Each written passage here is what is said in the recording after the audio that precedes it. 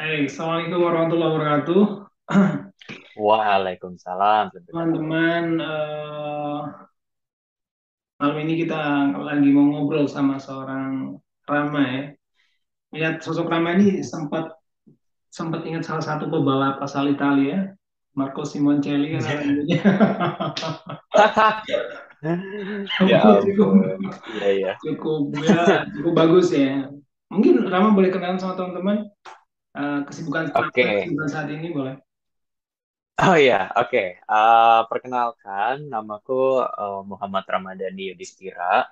Ya, dipanggil aja Rama ya. Kayak Kak Agus tadi udah manggil aku juga Rama. Aku alumni Anisa ya, SD, SMP, SD-nya angkatan 11, SMP-nya angkatan 11 juga. Tapi aku SMA juga nggak jauh-jauh sih, ada di Izada gitu, lulusan angkatan 7. Tapi dari situ semua kayak naik ke next level gitu. Aku alhamdulillah dapat opportunity untuk kuliah di Universitas Gajah Mada gitu. Hmm. Alhamdulillah lewat seleksi SBMPTN dan jurusannya hubungan internasional. Jadi sekarang alhamdulillah udah lulus, baru lulus, dinyatakan lulus Maret kemarin, 18 Maret tepatnya ya. Dan wisudanya Mei kemarin.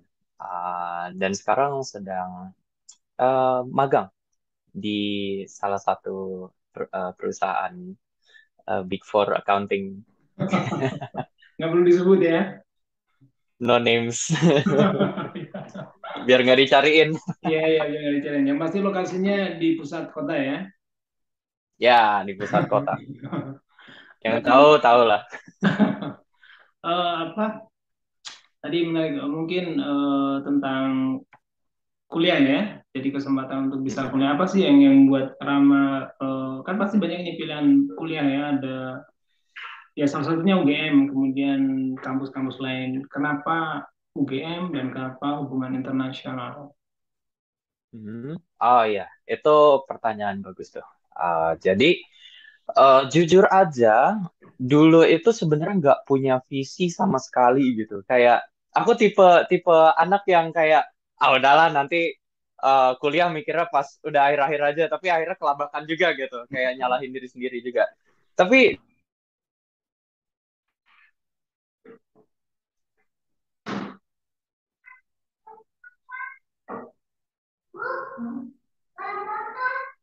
Halo? waktu waktu itu sempat dapat inspirasi itu dari teman sendiri, malah teman SMA.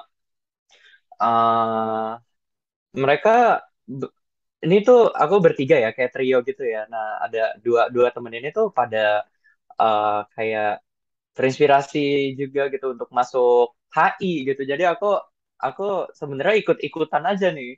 Tapi pas memperdalami lagi gitu, ternyata tuh HI menarik juga gitu karena kita instead of belajar intrinsik negara sendiri gitu ya, yang sebenarnya iya basicnya udah bisa dipelajarin dari PPKN lah atau ya baca berita aja gitu. HI sendiri sih aku tertarik karena ya kita go internasional gitu, bener-bener go internasional tanpa harus kita sibuk ngurusin paspor, sibuk ngurusin biaya ke luar negeri gitu. Kita eh, terjerumus ke dalam urusan internasional gitu di dalam kuliah itu sendiri. Nah, makanya aku milihnya di HI. Nah, untuk pilihan kampusnya sendiri, untuk pilihan alma maternya, aku juga nggak punya preferensi gitu ya. Nggak punya preferensi tadinya. Malah fun fact aja, sebelum daftar di UGM aku daftar di BINUS terlebih dahulu gitu.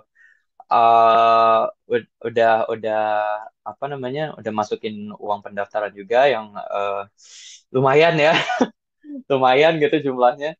eh tapi aku kayak dikasih opportunity gitu loh sama Izada sama SMA gitu. Mereka ngadain program pengayaan kan untuk menghadapi SBMPTN gitu. Waktu waktu tahunku di kelas kelas 12-nya tuh ada program pengayaan tambahan di luar jam belajar gitu. Jadi ada jam pagi. Kayak kayak kalau misalkan anak Anissa mungkin tahu pemantapan kali ya. Tapi ini bukan untuk UN, ini buat SBMPTN, seleksi seleksi bersama gitu. Nah, sejak diadain program itu, aku kayak pengen manfaatin aja gitu. Aku pengen pengen tahu kira-kira bisa sampai mana ya. Aku bisa menjalankan pengayaan SBM ini. Apakah itu bisa melemparku jauh gitu ke hasil SBMPTN yang maksimal atau gimana? Eh, di saat itu aku kayak ya udah let's just find out gitu. Kayak lebih lebih kayak coba-coba juga gitu sih. Nah, gimana bisa dapat UGM? Sebenarnya itu juga inspirasi dari orang tua aku yang nge sebenarnya nggak maksa ya, nggak maksa orang tua aku nggak pernah maksa tentang edukasi dan sebagainya. Tapi mereka, aku ngerasa kayak mereka tuh bangga banget kalau misalkan aku bisa masuk universitas negeri gitu ya, apalagi apalagi UGM gitu. Salah satu prime target mereka sebenarnya katanya. Jadi pas SBMPTN, oh enggak, mundur dulu ya. Kita mundur lagi ke Ghost to Campus, program Ghost to Campus. Nah, itu uh, kan ngunjungin beberapa PTN gitu ya, di beberapa daerah kayak misalkan UNS, UGM gitu, Brawijaya juga. Uh, Terus habis itu pas aku apa namanya SBMPTN itu, aku milih 3 universitas. Uh, Pilihan pertamanya semuanya jurusan HI ya. Pertama di UGM. Pilihan pertama UGM, pilihan kedua itu Brawijaya, ketiga itu aduh lupa, Un Unpad ya, Unpad kalau nggak salah deh, iya Unpad, yang Bandung. ketiga Unpad. Di Bandung. Nah, aku ngejalanin SBMPTN, udah pasrah aja gitu ya, udah pasrah karena udah siap-siap juga gitu selama kurang lebih setahun di kelas 3. Jadi ya udah pas SBMPTN tuh aku kayak harusnya kan di pikiranku kayak ini harusnya aku ngerasa tegang gitu, tapi kayaknya enggak deh, enggak terlalu tegang banget gitu, kayak udah pasrah. BINUS juga udah daftar internasionalnya gitu ya. Jadi kayak udah sebenarnya nothing tulus gitu di pikiran. Tapi pas hasilnya datang gitu ya, aku lihat, selamat Anda lulus di S1 Hubungan Internasional. Tadinya aku kira tuh lolosnya tuh di Brawijaya karena aku sebenarnya strategi milihnya tuh milih UGM pertama karena aku positif UGM tuh nggak bakal dapet gitu loh. Jadi aku dapetnya pilihan kedua yaitu Brawijaya. Tapi ternyata pas announcement muncul, selamat Anda lulus S1 Hubungan Internasional Universitas Gajah Mada. Oke, semua pun langsung eh share the joy lah ya, sampai anak-anak yang gak terlalu dekat sama aku pun bisa congratulate aku gitu. Entah entah gimana caranya, tapi ya alhamdulillah bisa bisa lolos di HIUGM. Nah itu ada euforia tersendiri lah. Seneng banget gitu keterima UGM. Tapi di satu sisi juga aku kayak, oh di UGM ya, ini di luar Jabodetabek gitu. Nggak pernah seumur umur tinggal di luar Jabodetabek gitu. Apalagi mengenyam pendidikan gitu. Sekolah aja nggak pernah keluar dari Jabodetabek, apalagi keluar ya daerah ya Tangerang Kota, Tangerang Selatan ya deket-deket itu juga. Jadi aku legit kayak 2 minggu sebelum aku ospek tuh ya, aku nangis gitu di depan mamaku ngasih tahu ini aku sanggup nggak ya kira-kira buat kuliah di universitas ternama ternama UGM gitu. Padahal aku kayak nggak pernah ngincer gitu loh, nggak pernah actively ngincer untuk kuliah di UGM gitu. Aku tahu beberapa orang tuh kayak wah harus harus kuliah di UI atau di UGM gitu. Mereka ambis banget belajar sampai mereka kelar sekolah pun tetap belajar gitu. Sementara aku yang nggak pernah ngincer tuh dapat gitu loh. Nah itu dia kayak di pikiranku muncul apakah am I worthy enough gitu untuk kuliah di UGM? Nah, kata mamaku kayak, ya udah jalanin aja dulu, kuliah di UGM, sanggup apa enggaknya nanti belakangan gitu. Semua biaya bakal di cover, dan benar, semua biaya di cover gitu, sama orang tua, dan alhamdulillah itu bisa mendapatkan ketenangan lah di dalam diriku. Dan ternyata pas di UGM pun alhamdulillah ketemu ketemu teman sefrekuensi itu,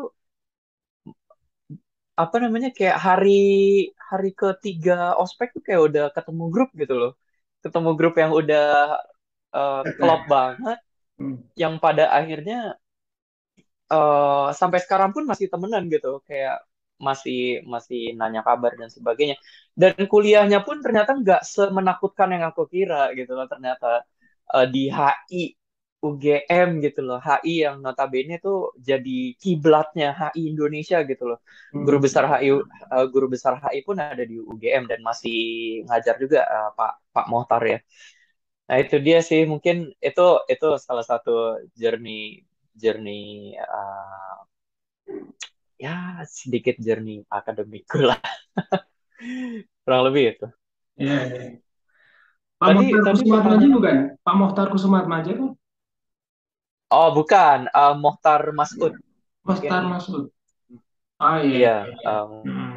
Mohtar Masud, ada juga Pak Ikhlasul Amal Ikhlasul Amal di itu rektor UGM. dulu ya, rektor ya. Iya, iya Hmm. benar. Hmm.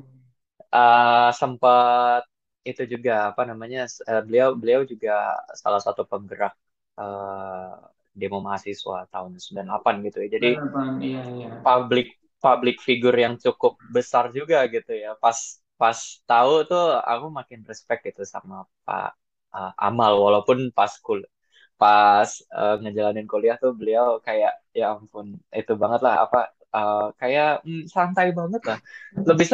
Lebih sering cerita daripada eh, materi kuliah gitu. Iya, iya, Tapi iya. lucu aja gitu, kayak kepribadiannya bisa kontras, dan itu yang aku pelajarin pas pas kuliah di sana sih. Semuanya punya kepribadian yang bisa berbeda banget gitu sama kita, tapi Iya, iya. kita bisa aja temenan gitu. Hmm. Nggak harus sama yang klop sama apapun gitu loh. Kita belajar perbedaan, enaknya di situ sih. Iya. Agak sedikit nggak percaya gitu ya mungkin di awal-awal ya. Masa sih gitu kan? Iya, benar-benar Nah sekarang asli. gini, Nggak ada di di kepercayaan. di UGM di HI itu tadi ada kan momen yang sangat sangat berkesan dalam arti sebuah pengalaman yang menggugah gitu, baik itu ketika kuliah atau mungkin berinteraksi dengan teman-teman atau mungkin berbagai masyarakat. Pasti Hmm, di HI ada proyek-proyek juga yang di luar kampus ya. Apa ya. pengalaman paling berkesan selama di UGM apa? Aku ya, pengalaman personal ya. Hmm. eh Pengalaman personal mungkin, coba dari awal kuliah dulu ya. Hmm. Di awal kuliah aku dipertemukan sama teman-teman di namanya Model United Nation gitu. Jadi Model United Hmm. Nation ini lucu. Jadi Hmm. kita simulasi rapat PBB gitu ya, Hmm. rapat Hmm. rapat umum PBB. Eh, Anak-anak itu di assign masing-masing negara gitu.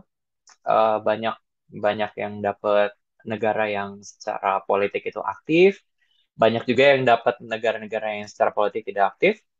Ada juga yang dapat sisi media gitu, yang mencatat, kurang lebih lah, jadi observer. Aku waktu itu dapat dapat Swiss.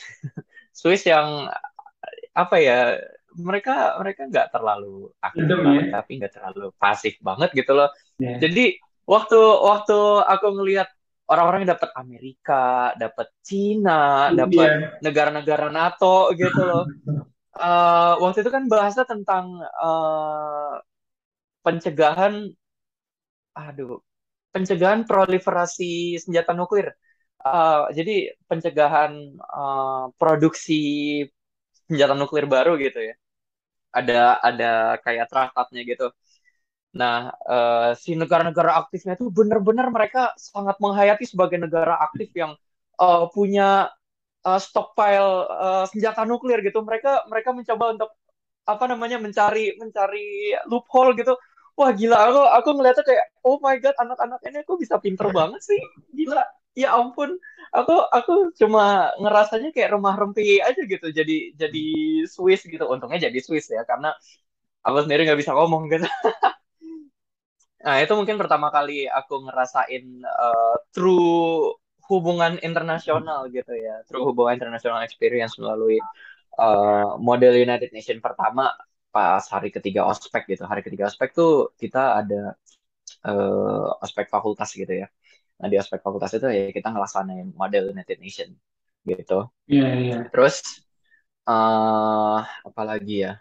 Yang kedua mungkin aku bisa aku bisa nunjukin siapa diriku mungkin di depan teman-temanku, itu salah satu yang paling highlight juga menurutku, karena ya aku nggak terlalu banyak ngomong banget gitu ya di antara teman-temanku, tapi ada satu saat di mana kayak ada presentasi kelompok kan. Presentasi kelompoknya itu kita harus kayak bikin drama kecil-kecilan gitu loh. Ya ampun, aku masih ingat banget, itu lucu banget. Jadi aku mainin tokoh di mana aku tuh jadi anak anak kiriman gitu, anak kiriman. Jadi penggambarannya tuh anak kiriman, aku di dalam kotak gitu. Aku di dalam duduk dalam kotak kayak kardus aqua gitu. Aku jongkok aja gini.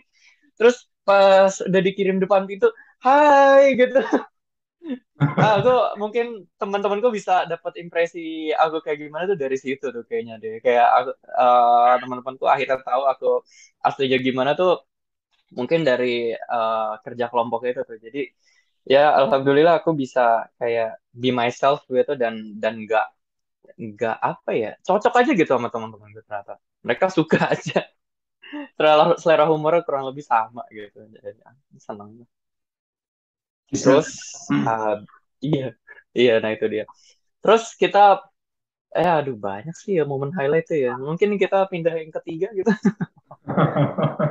Oke, ya, ya. Eh, eh, Ketiga. ketiga. Ketiga itu, oh ya mungkin Pak Agus juga pernah ngeliat di feed aku ya. Hmm. Aku jadi anggota marching band Universitas Gajah Mada.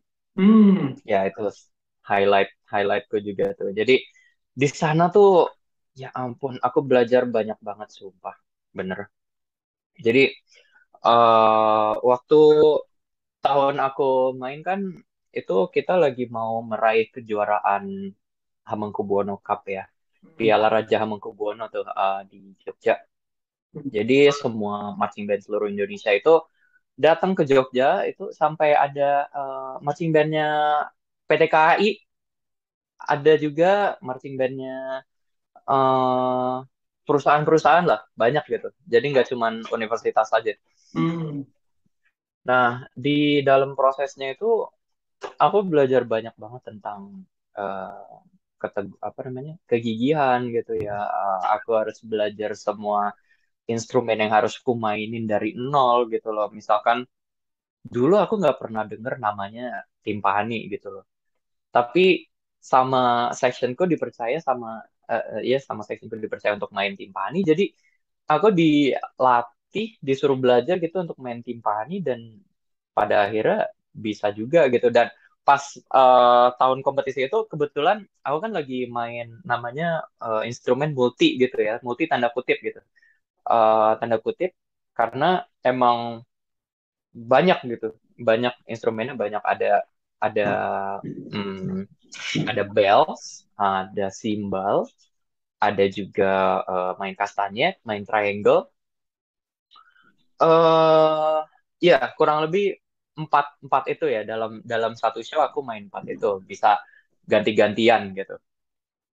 Nah, dari situ aku belajar kalau kemampuanku tuh ternyata lebih dari yang aku kira gitu loh. Ternyata aku bisa ngikutin performance yang notabene itu temponya cepet banget, dan kita harus ngontrol banyak hal, kayak misalkan nyamain tempo depan belakang gitu. Aku kan di depan mainnya, nyamain tempo sama yang belakang, nyamain tempo sama kayak direktornya gitu.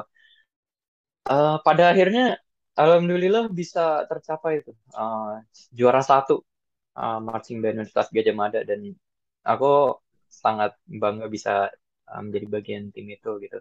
Terus apa namanya, di tahun selanjutnya karena COVID ya, kita beralih ke produksi uh, video penampilan gitu, bukan penampilan live show kayak kompetisi. Nah, aku jadi uh, selain jadi pemain, aku juga jadi kru produksi. Nah, dari kru produksi itu aku ketemu senior-seniorku yang udah berpengalaman banget gitu produksi media. Aku belajar dari mereka tentang setup lighting gimana, terus juga eh, gimana kita bisa menggambarkan scene gitu ya, menggambarkan apa yang audiens mau lihat gitu. Kita harus bisa ngebayangin di pikiran kita supaya kita bisa ngedirect gitu. Di 2020 tuh lumayan lumayan hektik juga karena rencana penampilannya tuh baru baru ke bulan apa ya, bulan Juni apa Juli gitu. Biasanya kan dari awal tahun ya, dari Maret gitu udah latihan dan sebagainya. Ini baru Juni aja tuh baru mulai rapat konsep gitu. Dan eh ya kita agak kejar tayang juga sebenarnya. Dalam waktu 4 sampai 5 bulan tuh kita bisa produksi show satu show gitu. Satu show itu banyak, terdiri dari banyak penampilan. Terus akhirnya tahun depannya lagi, tahun 2021 aku dipercaya menjadi pelatih gitu akhirnya. Dipercaya menjadi pelatih, pelatih section gitu. Nah, dari situ aku belajar music production, aransemen, apa namanya, produksi aransemen musik juga, eh apa namanya, stage management gitu ya. Karena pelatih itu yang kayak mereka yang apa ya, mereka yang punya show-nya, basically gitu. Jadi mereka yang bikin konsepnya, mereka yang nge-arrange stage-nya juga, uh, itunya juga, dress code-nya juga, apa kostumnya dan sebagainya. Jadi aku jadi tahu seluk beluk backstage penampilan tuh kayak gimana gitu kurang lebih ya. Ya, dari keanggotaanku di Martin dan Universitas Gadjah Mada itu banyak banget sih pelajaran yang bisa diambil sebenarnya. Dan itu eh, waktu itu aku melakukannya dengan sukarela gitu, tanpa tanpa ada bayaran Hmm. sama sekali. Jadi jadi ya itu kayak experience gitu loh. Ternyata ternyata ada yang lebih berharga dari uang gitu. Jadi ternyata itu experience yang Ya. sampai sekarang tuh beberapa masih masih ada kepake gitu di kehidupan kehidupan nyata. Ya kurang lebih itu sih, tiga tiga momen. Ya sama sama keempat paling ngerjain skripsi udah. Skripsi. Masih ada ya juga nih. Iya masih. Oke, oke. Eh, kayak ada semacam ikatan emosional kalau bicara UGM karena dulu rumah Pak Agus di kampung itu jadi langganan mahasiswa UGM KKN hampir setiap tahun Oh. dari UGM selalu.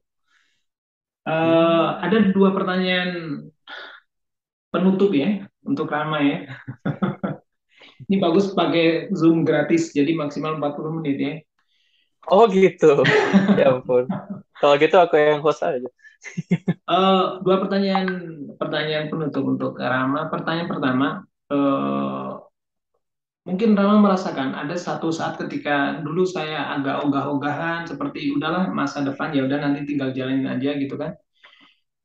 Tapi Hmm. kemudian akhirnya Rama berada di suatu situasi bahwa ternyata I have to do something gitu. Aku nggak bisa lagi hidup semaunya. Aku pada akhirnya aku harus melakukan sesuatu, apa, apalagi ketika tadi sudah berawal dari ikut-ikutan dan akhirnya sekarang masuk game, ikut beberapa kegiatan dan akhirnya malah bukan hanya sekedar ikut, malah pertama menemukan semacam sesuatu yang gak Rama pernah pikirkan sebelumnya, emang aku bisa kayak gini, ternyata bisa gitu kan. Jadi Hmm.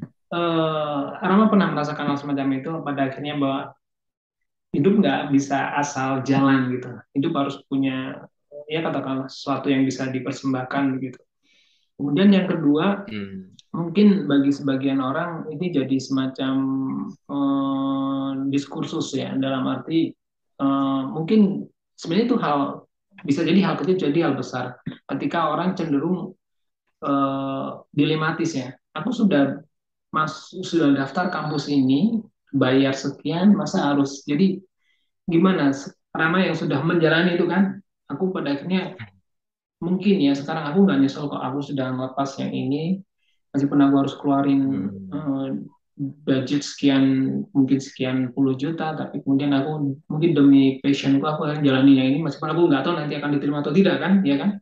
Nah mungkin Hmm. ini pertanyaan yang kedua ini mungkin Rama tujukan buat teman-teman yang masih mau kuliah atau apa, mungkin barangkali jangan barangkali ya eh, jangan terlalu apa berpikir banget tentang sudah begini sudah begitu kemudian akhirnya takut keluar zona nyaman seperti itu. Rama kan sudah menjalani kan ya, aku berani melepas yang Iya, itu dan akhirnya aku dapat yang ya katakan mungkin di kampus yang sebelumnya yang tadi sudah nonton jadi juga dapat pengalaman juga tapi pasti nggak akan sesama yang pengalaman yang saat ini kan. iya. Kalau pertanyaan itu untuk Rama, silakan. Oke, jadi udah ada counternya tuh. Aduh, sorry. Jadi untuk pertanyaan pertama ya, gimana di mana saatnya aku menentukan kalau itu hidup tuh nggak cuman ngalir aja ya. Jadi kayaknya setiap aku mau ngambil kayak leap of faith itu deh, kayak kayak misalkan aku akhirnya memutuskan untuk mengambil UGM, Hmm. aku memutuskan untuk menjadi anggota marching band secara apa namanya dengan waktu yang lama gitu. Dan juga ya baru-baru ini gitu nyobain magang di perusahaan itu gitu. Ah, kayaknya itu deh momen dimana aku tuh kayak nyadar kalau misalkan aku tuh harus melakukan sesuatu yang lebih gitu. I need to prove myself, I need to prove to myself pertama ya, kalau itu tuh bisa dilakukan. Keraguan itu menurutku sifat yang sangat manusiawi ya. Semua orang punya keraguan, entah itu berasal dari faktor internal atau faktor eksternal. Tapi keraguan itu tuh jangan dijadiin berlarut-larut menurutku. Kayak menurutku keraguan yang berlarut-larut itu malah bikin kita stuck di satu tempat yang dimana kita nggak bisa berkembang gitu. Ada satu eh, apa namanya? Mungkin mungkin ini terlalu gamer banget ya ucapan ini, tapi ini relevan banget di dunia nyata gitu. Eh, you go you go on the path where there are enemies gitu. Jadi tiap tiap di game kan pasti kalau misalkan kita ketemu musuh pasti ceritanya pasti jalan gitu kan ya. Kebanyakan gitu. Kebanyakan game yang aku mainin pasti gitu. Jadi itu bisa dianggap juga ke dunia nyata gitu. Kita mau ngambil satu step gitu di mana kita bakal menghadapi challenge besar gitu yang bisa membuat kita meragukan diri sendiri gitu. Nah, itu menurutku diambil aja gitu chance-nya. Kayak kayak kita mau eh, nyelam ke air yang Ya. dalam gitu ya, kita mau ngukur seberapa tingginya. Ya, kita harus loncat dulu gitu. Kita harus ngerasain gimana rasanya. Baru kalau misalkan kita ngerasa nggak cocok, ya udah kita jadiin itu pelajaran aja untuk pindah ke tempat lain. Tapi kalau misalkan kita ngerasa kita tumbuh, ya udah kita kita stay di path itu aja gitu. Kita selalu mencari path itu. eh kurang lebih itu sih untuk pertanyaan pertama ya. Pertanyaan kedua tadi apa? Sorry, maaf, Lebih pendek ke aja gitu. ya lebih apa ya, mungkin ketika anak-anak yang teman-teman yang mau kuliah ada beberapa yang dilematis ya. Aku udah daftar di sini, udah bayar Hmm, uang segala macam, tapi masih mau yang ini. oke oke. Enaknya gimana sih kan? Mhm. Satu sisi kan kalau udah daftar, Oh, udah bayar kan otomatis sudah pasti diterima ya. mhm. Tapi Ya kalau kemungkinan besar yang itu. satu lagi, eh, jangankan diterima, tes aja juga belum kan. Jadi akan ada semacam, Mhm. mungkin bukan keraguan-keraguan, tapi sesuatu yang nggak pasti. Gimana supaya memperkuat keyakinan, mungkin panduan apa supaya ketika mau kuliah itu yang harus dipertimbangkan pertama itu apakah masalah diterima atau tidak diterima atau apakah lebih ke passionnya, menurut Rama seperti apa? Kalau kalau aku sendiri sih, karena aku dulu nggak ngelakuin ini ya, dan sekarang baru ngeh Hmm. ini tuh harus dilakukan. Riset dulu, riset Hmm. dulu kira-kira alma mater mana yang mau dimasukin, kayak plus minusnya mereka kayak gimana, keunggulan mereka kayak gimana gitu ya, keunggulan dan drawbacknya juga. eh Keunggulan dan drawback bukan cuma universitasnya sendiri ya, tapi kayak misalkan logistiknya gitu, misalkan kita harus merantau dan sebagainya, kita harus kalkulasi juga. Tapi itu pun jangan terlalu dipikirin banget gitu loh. Nanti Hmm. nanti kayak kayak tadi aku bilang, kita kita bakal stuck di satu tempat kalau misalkan kita terlalu mikirin hal itu. Jadi pertama riset, kedua ambil calculated risk gitu ya. Jadi dari hasil riset tersebut kita bisa ngambil risiko tertentu gitu ya. Kayak misalkan aku ngambil ngambil UGM gitu. Ya walaupun itu agak reckless juga sih sebenarnya. Tapi ya karena UGM itu sudah bereputasi juga gitu. Aku bilang might as well gitu ya aku ambil UGM. Tapi coba lebih di riset lagi. Baru kalau misalkan riset itu udah kira-kira udah mumpuni, ya udah take that leap of faith aja gitu. Take that calculated risk. Dan yang ketiga, jangan terlalu khawatir sama hasil akhir. Itu yang paling penting sih menurutku. Karena kalau misalkan kita terlalu mikirin, lagi-lagi, balik lagi ke overthinking tadi. Sebagai orang yang sangat cenderung overthinking ya, aku ngelihat masa-masa lalu tuh kayak, ini kenapa dulu gue terlalu mikirin ini sih? Kayak sekarang tuh nggak terlalu dipikirin banget gitu loh, nggak harus dipikirin banget. Hmm. Buat teman-teman kaum overthinking, ya nggak usah terlalu dipikirin hasil akhirnya kayak gimana. Pokoknya enjoy the process, enjoy the process. Baik itu yang menyenangkan ataupun yang kurang menyenangkan juga. Ada momen-momen di mana aku tuh ngerasa kayak udah gagal banget. Tapi yang paling penting itu ya kita bisa bangun lagi gitu. Kita bisa bangun lagi, kita bisa mikir ulang strategi kita untuk mencapai tujuan kita itu. eh Istirahat boleh, tapi jangan menyerah. Itu aja sih. Enjoy the process. Terima kasih Kayak banyak Mario Teguh Rama. banget gak sih? Lagi kuliah The sama golden ways. Profesor Ikhlas Ulama. Memang tadi stepnya mirip dengan gaya gamer ya, gaya gamer kayak gitu ya. Yang penting move on, pasti akan ada enemy di Iya, situ. iya, bener banget, bener banget. Kalau misalnya kita Iya, kita nyerah ya game kita ganti game gitu dan harus iya, beli lagi, males. game over ya. Makasih banyak Rama sudah gabung sama teman-teman ngobrol malam ini. Semoga bermanfaat, semoga Siap. sehat, pekerjaan Amin. lancar ya. Lanjut S2 rencana? Amin, amin. Gimana? Lanjut S2 rencana? Ah, insya Allah ya. Kalau Insya misalkan Allah. udah stabil, kalau misalkan udah stabil nih, aku pengen sih Iya, iya. ngelanjutin. Bagus kasih bocorannya, bagus kasih bocorannya. Pendidikan Oke, oke, dasar oke. kan di Jabodetabek, pendidikan tinggi kan sudah merambah ke luar provinsi nih. Ini S2 nih, Ah. S2 harus luar negeri nih S2 nih ya. Aduh, tunggu kabarnya ya, tunggu kabarnya. Iya. Mungkin nanti dari Maastricht, dari Belanda gitu ya. Gitu. Makasih banyak Rama. Siap. Ya, Assalamualaikum warahmatullahi wabarakatuh. Waalaikumsalam warahmatullahi wabarakatuh. Bagus Liv ya. Ya, mangga, mangga. Thank you ya. Ya, sih. Losing my way.